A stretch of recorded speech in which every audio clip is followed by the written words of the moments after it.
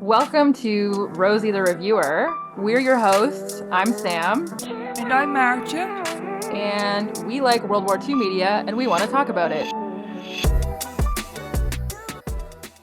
Frost sauntered into the office of Captain Edwin Hendricks, United States Navy, with his hands cuffed tightly behind him, 4 days of scruff on his jaw, and his brig uniform, a tattered set of black and white striped coveralls, disheveled nearly beyond belief. The guard, a fresh young private named Timmons, stopped a full 4 paces behind Ridge, intent, it seemed, on keeping himself well out of harm's way. And halt, the guard squeaked. Ridge stopped 10 paces from the captain's desk. He waited without coming to attention or parade rest. 10 seconds passed, then 10 more, and then 30. Without looking up, Hendricks snarled, "You can sound off any time you like." Frost said nothing.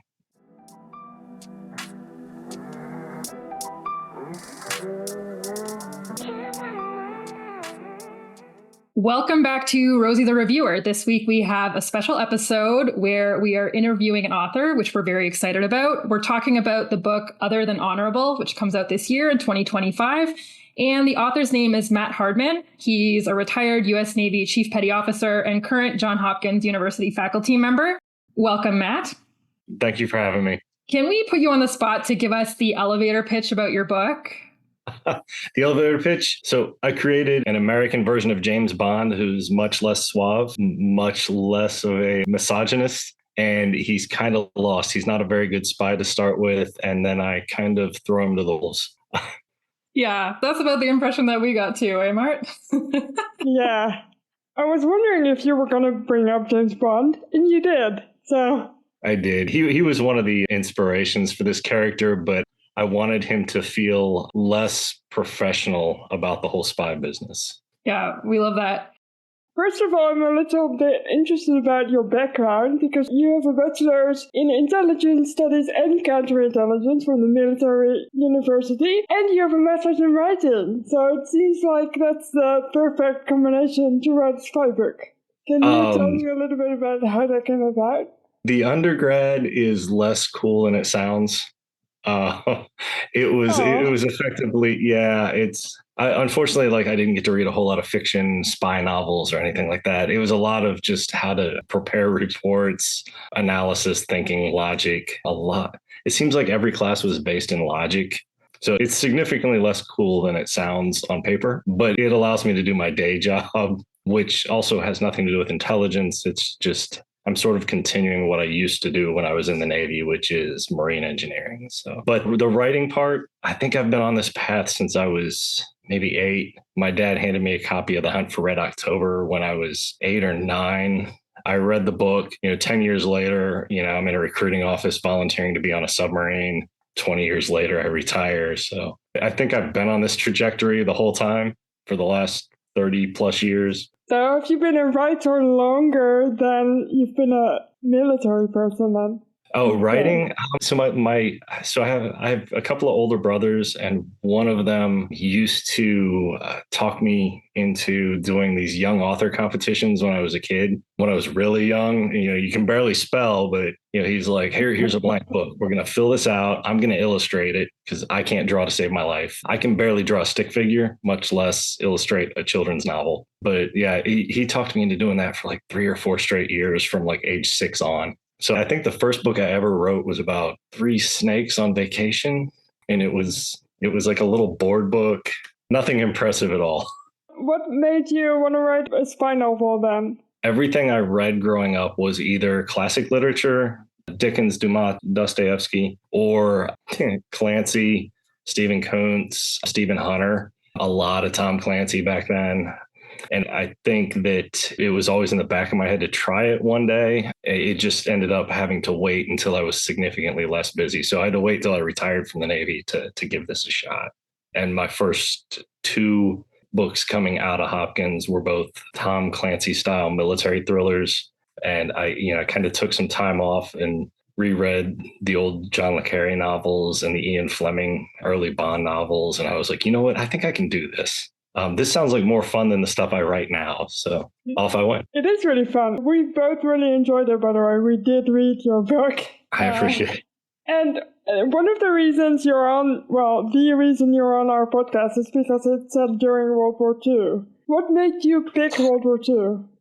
So I was reading through your questions. I saw that one and I saw, is there anything Cold War coming out? And I wanted to hit up both time periods, but I needed a good starting point. So I decided to just start at the beginning of World War II and move him through World War II at different points and off into the Cold War, the early days of the Cold War. I don't know that you're both familiar with the Tom Clancy universe, the Jack Ryan universe. There's a character in there named John Clark, who was a Vietnam era SEAL who's still going in the books. I don't know that I have an intent for Ridge Frost to be doing this when he's 80. Maybe he'll pass the torch on as we move forward. But yeah, I definitely wanted to cover both time periods. So the prologue starting in 1937, and then this first story happening right there at the beginning, right before the Nazis rolled into Poland and the world was just told about, hey, we discovered nuclear fission. It seemed like a really good starting point for Frost's career. Cool.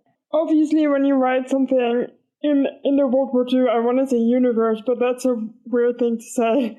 If you write something set during World War II, you need to know a little bit about it.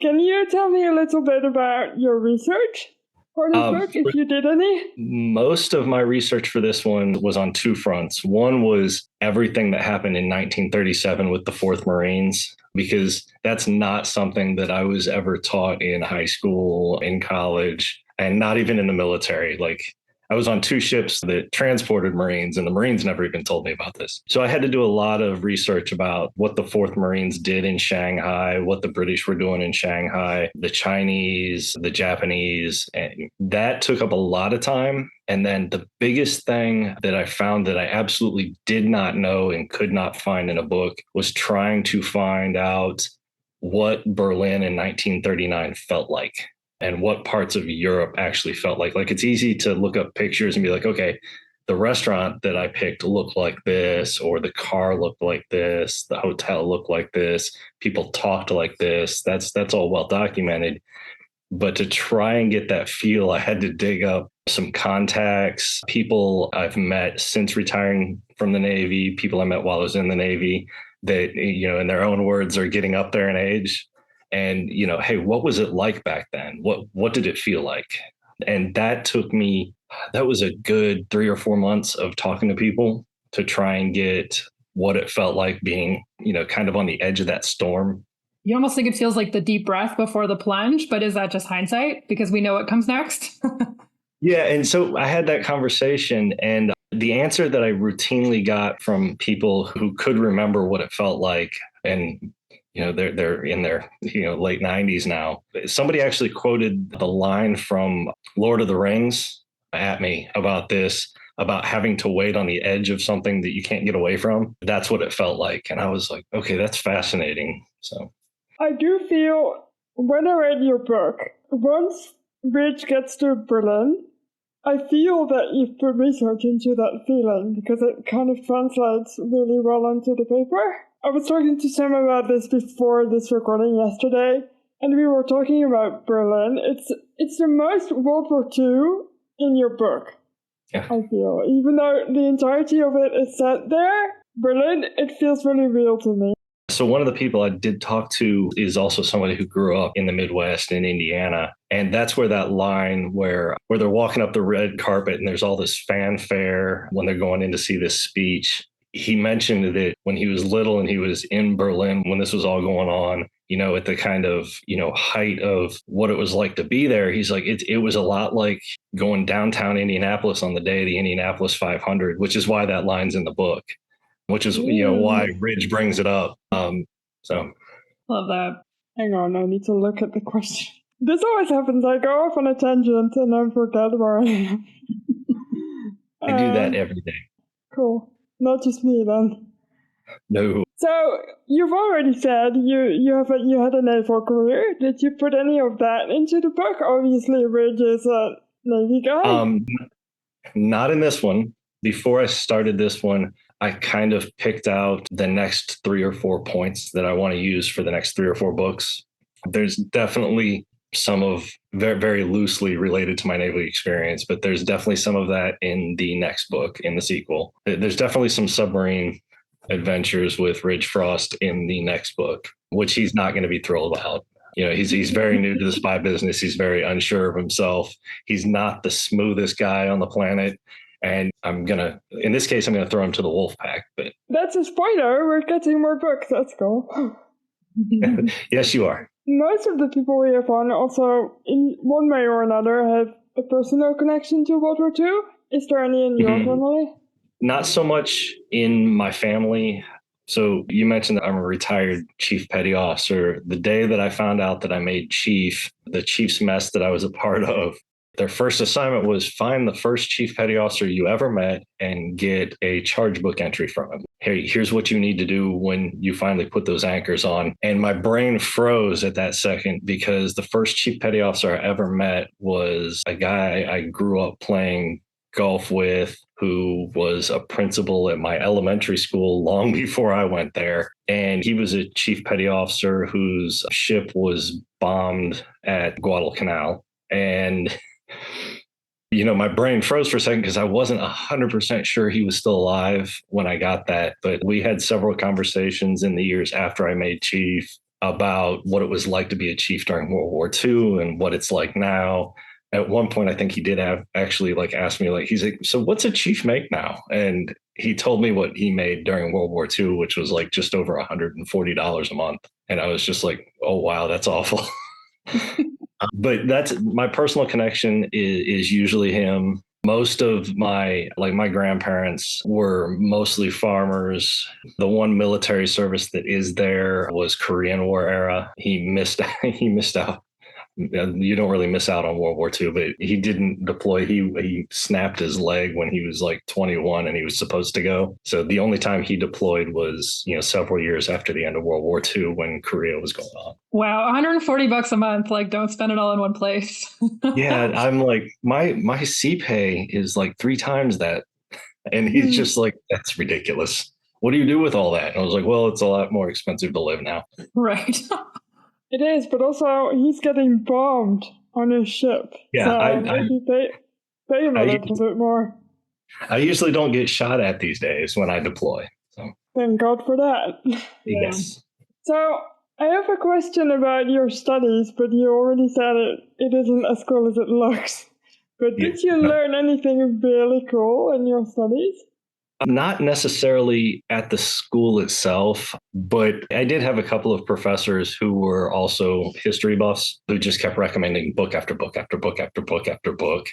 So now I have this entire section of bookshelf that's just spy fiction, spy nonfiction, World War II, World War I, Korea, Vietnam, Cold War, American Revolution, Civil War. So it's a pretty massive collection these days. So that may be the coolest thing, was tying what he's teaching me to how it has worked in the past or didn't work in the past. Very cool. I just think spies are awesome. It's such a childish thing to say, but it's such a cool universe to write a book in, I think. Oh, I agree. And also, this has nothing to do with your book whatsoever, but I just want to know, what's it like being on a submarine? It's interesting. I'm trying to think what I can actually say about it. It's interesting. It's not for people who are claustrophobic. Not for me, then.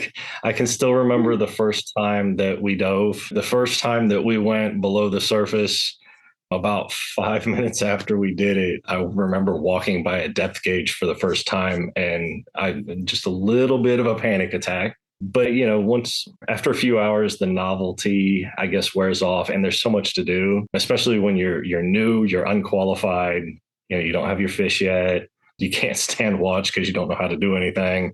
The crew is highly motivated to take somebody like me who was brand new and make sure that I'm useful in some way, shape, or form. So within a few days, I found myself learning how to, operate the helm, the planes, the machinery in my spaces. So it's an interesting life. I spent most of my career on the surface, aircraft carriers, stuff like that, but I definitely treasured the time that I was on a submarine. I just almost wonder if it's better not to know what you're doing.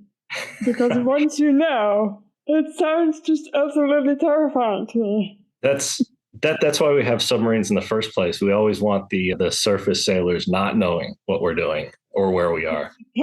That's when it's really scary. Like it's never scary when you know where the submarine is or what it's doing. When you don't know where it is, that's a problem. I think those are my questions, so I'm going to hand you over to Sam. And Sam's going to talk a little bit more about your actual book. So I'll keep all my nerdiness to myself now. Can you talk to us about the title? Like, for those of us who have never served, can you explain an other than honorable discharge? I can. So there's several types of discharges from the United States military. There's the honorable discharge, and then there's this array of like, maybe you weren't so well behaved. Other than honorable it's usually classified as like kind of an administrative discharge that it can be used because you couldn't behave, but it can also be used for, well, mostly it's used because you couldn't behave. Otherwise, we just call it an admin SEP. And you're talking like anything from, you couldn't stop fighting, you got caught stealing from somebody on the ship, something that doesn't rise to the level of dishonorable. In the time period we're talking about, there was another term for it. It was like blue sheet. And it was specifically, it wasn't exclusively used, but it was used in the late 30s, early 40s to remove individuals whose sexuality was questionable to the United States military at the time. And since then, it took, 70 years for us to change our minds on that. But I needed a way to not dishonorably discharge Frost, but I needed something that portrayed him as a good Marine, but not the greatest Marine, and somebody the Marines had a problem with. So I needed him trapped in a nice, neat little square so I could boot him. Yeah, I mean, it's a really good fit as a title. Your main character, Everett Frost, as you said, perhaps not the best Marine. And then when he sort of gets called up into spy action, he's not innately great at that either. So can you tell us a little bit about what you drew from, what inspired you? Do you feel like you put anything of yourself into this character at all? Only the awkwardness. So every, like, you got your classic, Bond spy who's almost untouchable. Almost. He becomes more untouchable later on. You've got the books out there where you have like super spies who never get hit, they never get scratched, they never bleed. And then you've got this world of like the gray man spy where he just keeps getting the holy living crap kicked out of him. He gets punched, he gets kicked, he gets shot, he gets stabbed. He's not invulnerable. He's not necessarily perfect at his job. He's not even necessarily, morally white. And I wanted a character who was flawed, who was not considered an expert at the job, who was kind of learning on the fly, because in the time period we're talking about, there wasn't exactly like a training course for this. On our side of the ocean, the OSS wasn't really up and running. We definitely weren't, training people in, at the farm in Virginia, like you see in all the Tom Clancy books. So they're taking this guy who all he really knows is how to be a Marine officer. And they're like, yeah, by the way, we're going to go have you do all this stuff. And you're going to be alone with no support, no safety net, have fun. And the last thing that I wanted to do to him was I wanted him to be a little bit more like Jason Bourne than James Bond when it comes to the woman. I did not want 3 women a novel. I did not want the women to get progressively younger. I didn't want any of that. I wanted him to be socially awkward when it comes to women until I put that one in front of him. And that's the only one he cares about for as long as I write the novels, which sort of might answer one of the other questions you're getting ready to ask. Yeah. We, I think a lot of people are maybe unaware that World War II was really the advent of modern spycraft. Like people have a hard time, I think, imagining that there was a world before the CIA, but there was. Yeah. Yeah. So we've talked a lot on this podcast about the women of the Special Operations Executive, the SOE, Violette Szabo, Virginia Hall, Noor Inayat Khan. And we were wondering if you have any plans for any potential female spies for Ridge to link up with. And we're also wondering if you can give us any hints about your female lead getting back in on the action. So I read those questions and I was trying to figure out how to answer them without giving too much away. So the answer is yes, there's female spies coming. For some of the books coming up, There is going to be French and Dutch resistance. Yes, Ava's coming back because it would be inhumane to kill her off because I would have to change Ridge. Like he would have to go on a murderous rampage. She's coming back, and it is theoretically possible in my planning that she starts working in tandem with Ridge in the future. I thought the way you write her, especially toward the end of the book, she becomes almost more competent than Ridge. Yep. Is that on purpose? There's a reason for that. So the first meeting when they're on the train and Ridge can't speak and she kind of does the little like just below the table wave at him, and they're both really awkward around each other. So I wrote that. That's part of me that is me and my wife. She is largely based around how we behave around each other. And in something like this, I believe that my wife would be more confident than I am, which is why Ava is written the way she is. Right. So she is largely based on my wife. I love that. And we're definitely glad to hear that she'll be back. On this podcast, we perennially complain about the lack of female characters in World War II media, especially female characters who actually have something to do. So we really love that about Ava in your book. I appreciate it. Thank you. When we read World War II novels, we tend to get excited when we see references to things we've read about that your average reader might not recognize, kind of little Easter eggs. And an example that comes to mind for me from your book is the bit where you can tell that the Nazis have been using amphetamines. That's pretty clear from that passage. I was wondering if you have any favorite rabbit holes that you went down that you were really excited to include in your book. That made it into the book, that was like 3 days. That one specifically was like 3 days of like, wow, really? In writing the second one, I have gone down an Enigma rabbit hole that is absolutely fascinating. It's stuff that you're never told about, unless you read 400 books on the subject. Like I didn't know until I started planning this series that there were several variations of Enigma, because you read pop culture literature, stuff like that, and it's like, okay, it's just always referred to as Enigma. It's like, well, there's a naval variant, there's one with 3 rotors, there's one with 4 rotors, there's one with 5 rotors, and there's different variants of those, different and it's like it is this massive rabbit hole that I've probably spent a month on so far, trying to figure out which one's right for my next book. And then the other rabbit hole that's absolutely fascinating, just from, a standpoint of a marine engineer and shipbuilding and, having served on ships and submarines, is I got the entire tech manual for a German U-boat, plus the, we would call it an instruction manual, like a nav admin or naval instruction for how to be the best U-boat commander you can possibly be. And reading through that and figuring out the way that they fought, direct from them and not interpreted by historian after historian after historian, is fascinating. And I think I've spent about a month on that too. Gosh, yeah, we love a primary source. We're not on your level, but we dabble a little bit in writing fiction, me and Mart, and we are always talking about when is the time to stop reading the books and actually write something? Never. Do both at the same time. Yeah.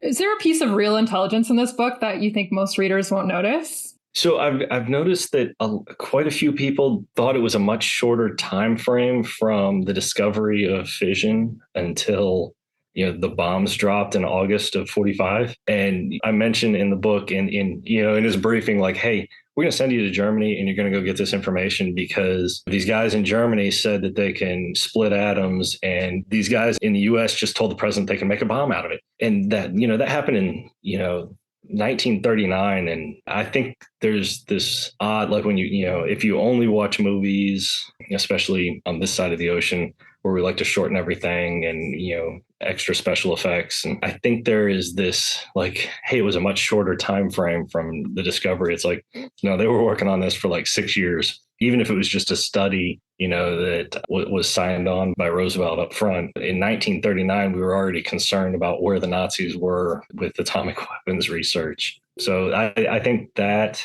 for this book was fascinating. And then the history of for the next book, the history of, the actual cracking of Enigma and how long that stayed a secret to the Nazis, like how long the Nazis were just completely unaware that the Enigma wasn't quite as secure as they thought it was. That's also just fascinating to me, reading about Polish intelligence and all they actually did leading up to the individuals at Bletchley Park and Alan Turing and the various raids where Enigma machines were captured. That's just fascinating. It's not something we get a lot of here. Unfortunately, here we like to focus on D-Day to the end of the war, and that's about it for that theater. And Americans will talk forever about the Pacific Theater, but yeah, for some reason we're obsessed with June 6, 1944 is the start of World War II, and it's like, oh, that's not true. Like Europe was fighting this guy for a long time. That's something we talk about too, because she's Dutch and I'm Canadian. And obviously the Dutch didn't have a lot of options in terms of getting involved in the war. And in Canada, we declared war at the same time as the Brits did. And so, we frequently talk about that because we love the Saving Private Ryans and the Band of Brothers and all that stuff. And they're great. But also there's so many little stories like that we're like, oh, it'd be nice if someone, threw $100 million at that, Like a book that I just picked up recently was Alex Kershaw's The Few, about the air battle from 1939 on and the very few like Americans, Canadians who, against all of the rules, made it to England and fought for the RAF in these little kind of tossed together squadrons until, the US finally got their butt in gear and decided to show up. Yeah, it's so interesting. We recently talked about a memoir that I had read by a Free French fighter pilot, and literally just, your country gets taken over and you're like, all right, well, then he just went to Britain and flew with the RAF. And I'm just like, this is wild. I mean, I forgot what his name is, but he makes an appearance in The Few. Oh, no way. Yeah, Pierre Klosterman. Yeah, he's in there with 2 days ago, I could have pulled the guy's name out of thin air. There's an American bobsledder who was world famous at the time, who was like, yeah, I'm disappearing and going to fight. I'm going to become a fighter pilot. Oh, yeah. Yeah. And we actually, a few weeks ago, we also covered the movie/book about Mo Berg, the American baseball player who was sent overseas to collect intelligence about the Germans making the atomic bomb.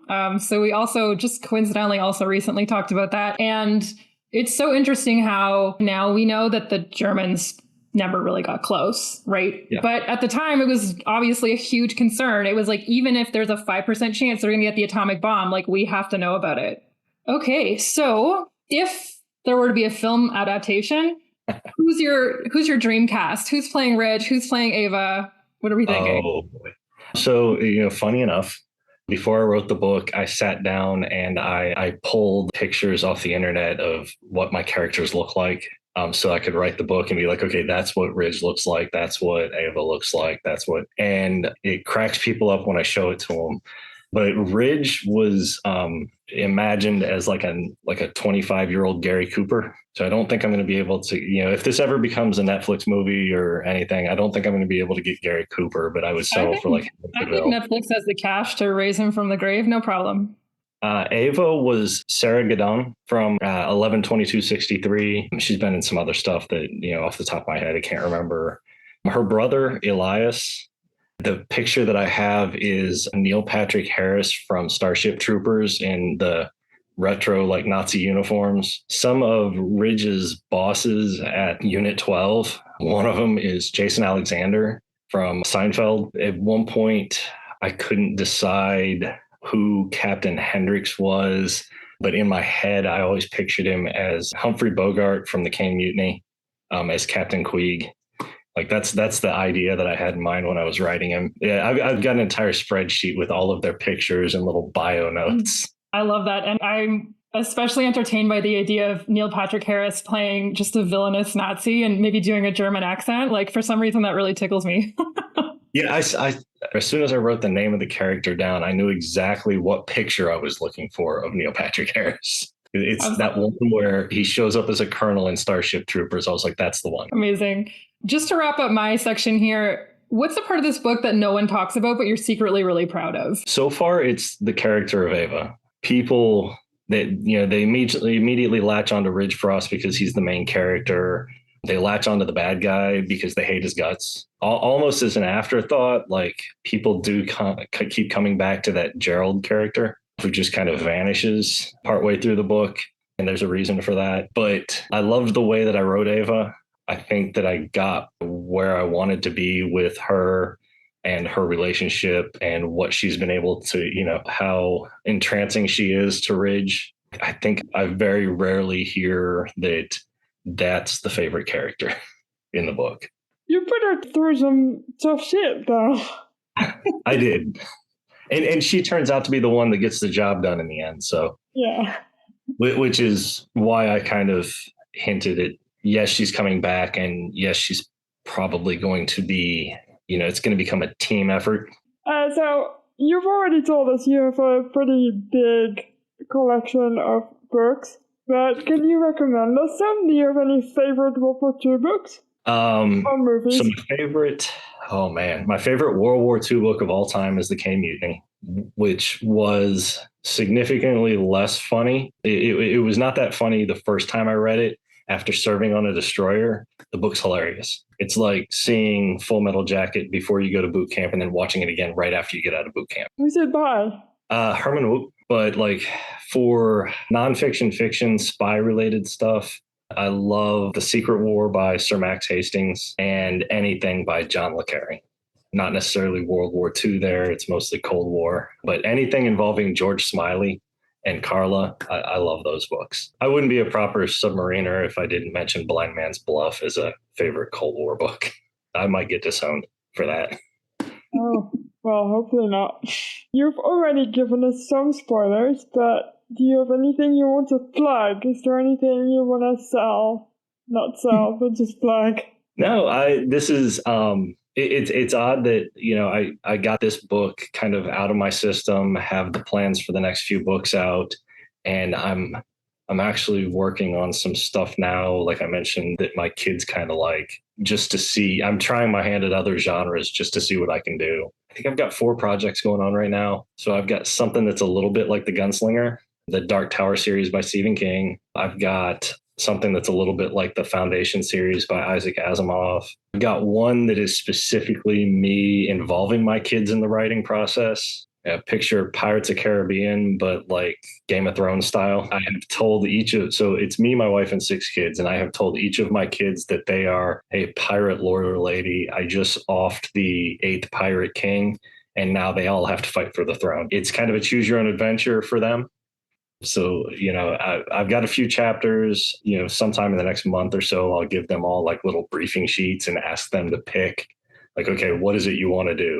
And they're allowed to make alliances with each other. They're allowed to attack each other. They just have to tell me about it so I can figure out how I want to work it into the book, or if it's going to work into the book, or if I just want to be that cruel, I guess, kind of not dungeon master, but like writing master and just completely torpedo their efforts. What a fun family thing, though. What a fun thing to do together. It should be interesting because my kids are already plotting. Like they don't even know how this book starts, but they're already plotting. They're already figuring out like how to backstab each other. So like, oh my God. I can't believe how many plates you're spinning. Are you like a super organized person? Do you have everything planned out? I do. I carry around a little like notebook that's got like 4 craft notebooks in it. One for short story ideas, one for like where I am with different projects, one for stuff I need to do to the house, and then my day-to-day schedule. But yeah, I try to stay busy, and it's becoming more of a challenge as my kids get older and there's less for me to do around the house. My oldest will be 26 this year. My youngest is already talking about a driver's license. So I've only got one left in high school. Wow. Okay. Yeah. Yeah, I'm going to be an empty nester in the next 8 years. So just out of curiosity, how much time do you devote to writing then? About 2 or 3 hours a day. If I'm strictly doing it by hand, I have this year tried my hand out at the whole like Stephen King dictating into like a voice notes app. It works extremely well. I am finding out that I do lack the ability, or I guess I'm not that great at spinning plates, I guess. I'm currently editing one of the stories that I almost solely dictated. to a voice notes app. I have a 2-hour commute every day. And I found out that like remembering where I left off the day before is not something I'm entirely great at. My character, at one point changes names like 3 times in like a 1-hour recording. Some details, like I've got this weird character that shows up in the middle of a chapter and I have no idea because it was like a month ago when I recorded it, why the character's there. The female lead in the book has changed names like 6 times in 44,000 words. So I'm getting used to that part of it. I don't know how he does it. I don't know if he does like a refresher every day, but I'll turn it on, get in the car, head up to DC to work and start talking. And the dialogue works better that way, because it sounds like human beings talking, but the prose is questionable sometimes. But at least if it's done, you can edit, right? Like you can't edit if you didn't do it at all. So I can, and occasionally I have to edit out my asking other DC drivers what they're doing. Oh, I'm sure you word it like that too. Exactly. Can I ask you a final question about Ridge? Sure. To close us out for this Absolutely. interview, actually. Where does the nickname Ridge come from? Because it's not in his name. So that'll come out in book 2, but it's going to end up being a name that his Marines, like the enlisted Marines, saddled him with. And that there's going to be some sort of tie-in to his brother who died at Shanghai in 37 in that prologue. There's going to be a little bit of a tie. He's going to have been involved with coming up with that name, but it's mostly because his Marines look at him as a guy who kind of lives on the edge, and calling him Edge wouldn't have been World War II appropriate, but Ridge was a common name back then. So if you'd called him Edge, I feel like I would have thought he was like a skateboarder or something. yeah, there's definitely like a mohawk, tattoos, piercing, baggy Jenko, 90s pants feeling to that. Where Ridge was, I kept looking up lists of possible nicknames in the 20s, 30s, 40s, and 50s, and Ridge showed up like 3 or 4 times. I did the same thing when I was trying to come up with his first name. I was like, what were the most popular baby names in 1920? And, 6 different websites, Everett came up like 7 times. I was like, okay, that's interesting. It's on there twice. So yeah, I do feel like if my name were Everett, I would probably want a nickname as well. yeah, and I'm absolutely sticking with he hates his first name. The one character, Lampkin, his first name was originally Greg in the first draft, but I wanted him to have something to kind of commiserate with Ridge about, which is where his, the first name Aloysius actually came from. And he hates that name too. So. Gosh, when's the last time you've encountered someone named Aloysius? In my life, right before I retired. There's a school around here that used to be called St. Aloysius, but I'm not sure that I've ever met a person. It's one of those strange ones. I had an 18-year-old sailor check on about a month before I retired from the Navy to the USS James U. Williams, whose name was Aloysius. And I was just like, oh man, I hope you gave your parents hell for that. Absolutely. Thank you, everybody, for listening. Actually, thank you, Matt, for being on the show, first of all. Thank you for having me. And you can send this episode to a friend if you like. You can follow us on Instagram at Rosie the Reviewer Podcast. You can visit our website, rosieTheReviewer.com. Or you can rate us 5 stars if you like, and we would really like you to do that. And we'll see you next week. Bye.